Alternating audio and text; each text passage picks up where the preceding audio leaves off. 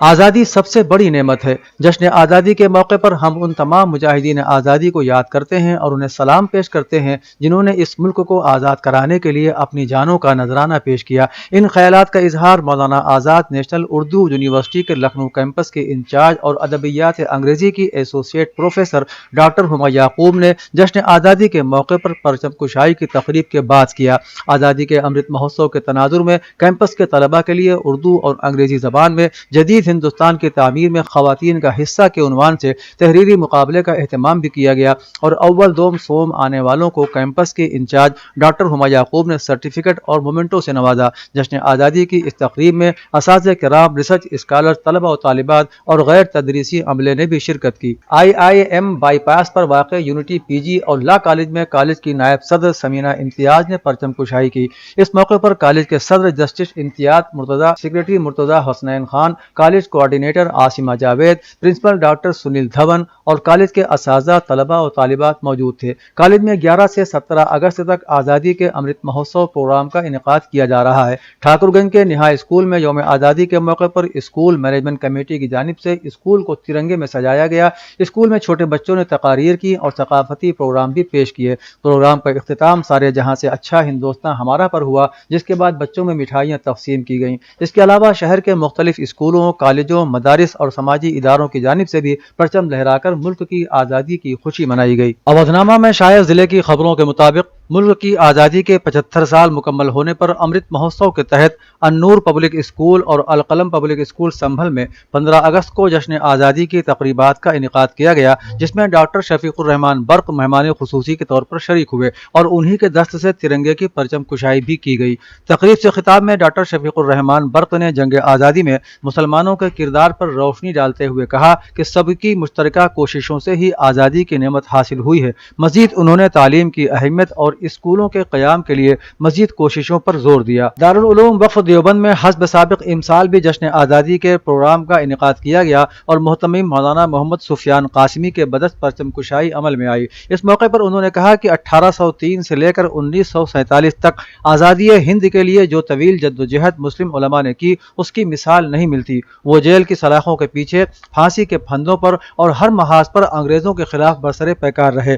مولانا محمد سفیان قاسمی نے اس موقع پر مجاہدین آزادی کا تذکرہ کرتے ہوئے شاملی کے میدان، جلیانوالہ باغ اور انگریزوں کے ظلم و ستم کا شکار ہونے والے مجاہدین آزادی کو خراج عقیدت پیش کیا۔ مبارک پور اعظم گڑھ میں اپنے ملک کا یوم آزادی منانا، قومی پرچم پھہرانا، تقریبات کا انعقاد کرنا، یہ سب اپنے وطن سے ہمدردی اور وفاداری کی نشانیاں ہیں۔ اس سے آپسی بھائی چارہ، خیر سگالی اور انسانی یکجہتی کے جذبے کو تقویت ملتی ہے۔ ان خیالات کا اظہار مولانا مظاہر حسین محمدی، پرنسپل مدرسہ باب العلوم مبارک پور نے 15 اگست کو مدرسے میں منعقدہ یوم آزادی ہند کی تقریبات سے خطاب کے دوران کیا۔ مولانا ابن حسن املوی واعظ بانی سرپرست حسن اسلامک ریسرچ سینٹر املو مبارک پور نے اپنے خطاب کے دوران فرمایا کہ ہمارے ملک ہندوستان کی یہ آزادی کوئی بھیک میں نہیں ملی ہے، بلکہ یہ تمام ہندوستانیوں کے لیے عظیم نعمت ہے جو بڑی جدوجہد اور قربانیوں اور شہادتوں کے بعد حاصل ہوئی ہے۔ امروہہ میں آزادی کا جشن پورے جوش و خروش سے منایا گیا۔ یوم آزادی کے موقع پر ضلع مجسٹریٹ بال کرشن ترپاٹھی نے کلکٹریٹ میں پرچم کشائی کی، جبکہ SP آدتیہ لانگھے نے پولیس آفس پر پرچم کشائی کی اور ملک کی آزادی کے شہیدوں کو یاد کیا۔ نایاب عباسی ڈگری کالج میں صدر فیروز کمال عباسی اور سیکریٹری M اسلم فاروقی نے پرچم کشائی کی۔ GMS پیرامیڈیکل کالج رجب پور میں سابق MLC پرویز علی نے پرچم کشائی کی، جبکہ میسکو انسٹیٹیوٹ آف فارمیسی اور راشدہ بیگم مسلم ڈگری کالج میں ڈاکٹر اشہر توصیف نے پرچم کشائی کی۔ فرینڈز آف امروہہ کے اراکین نے دربار کلاں سے ریلی نکالی اور نگر پالیکا پریشد شہید اشفاق اللہ خاں پارک میں پرچم کشائی کی۔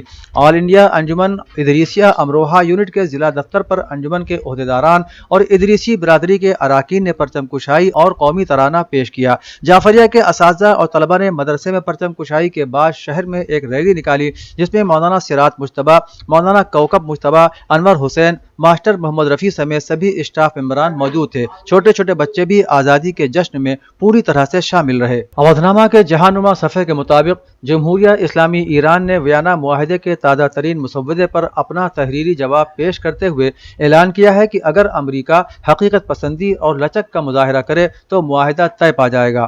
اور امریکہ عملی طور پر ایک مستحکم اور قابل اعتماد معاہدے کے تقاضوں کو بھی قبول کرے۔ ایرانی ٹیم کے موقف سے پتہ چلتا ہے کہ 3 معاملات پر اختلافات موجود ہیں جن میں امریکہ نے 2 موضوعات میں زبانی طور پر لچک کا اظہار کیا ہے۔ تیسرا مسئلہ جوہری معاہدے کے نفاذ کو جاری رکھنے کی ضمانت دینے سے متعلق ہے۔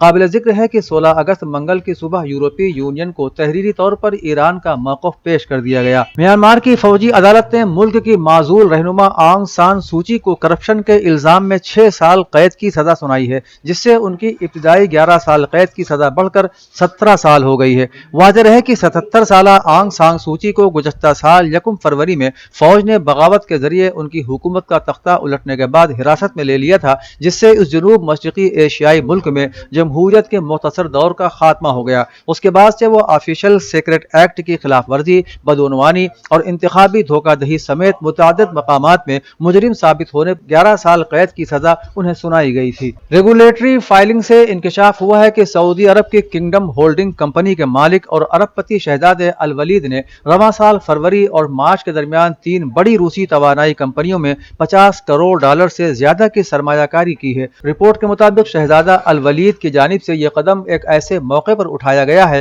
کہ جب 24 فروری کو روس کے یوکرین پر حملے کے بعد کئی مغربی ممالک نے روسی توانائی کمپنیوں اور ان کے ایگزیکٹوز پر پابندیاں عائد کر رکھی ہیں۔ ایران کی عدلیہ کے ترجمان نے آج اپنی پریس کانفرنس میں سویڈش جاسوس کے کیس کی نئی تفصیلات پیش کی۔ انہوں نے سویڈش جاسوس کے کیس کی تازہ ترین صورتحال کے حوالے سے ایک سوال کے جواب میں کہا کہ یہ مقدمہ تہران کے خصوصی پراسیکیوٹر کے دفتر میں زیر تفتیش ہے اور اس شخص کا الزام جاسوسی ہے اور وہ ابھی تک زیر حراست ہے۔ ستائشی نے کہا کہ سویڈش جاسوس کے حوالے سے کچھ دستاویزات حاصل کی گئی ہیں اور یہ کیس ابتدائی تفتیش کے مرحلے میں ہے اور ممکن ہے کہ کچھ دیگر الزامات شامل کیے جا سکیں۔ ایرانی وزارت انٹیلیجنس نے 30 جولائی کو اپنے جاری کردہ ایک بیان میں کہا کہ امام زمانہ کے گمنام سپاہیوں نے سویڈن سے متعلق ایک شہری کو جاسوسی کے الزام پر شناخت کر کے گرفتار کیا تھا۔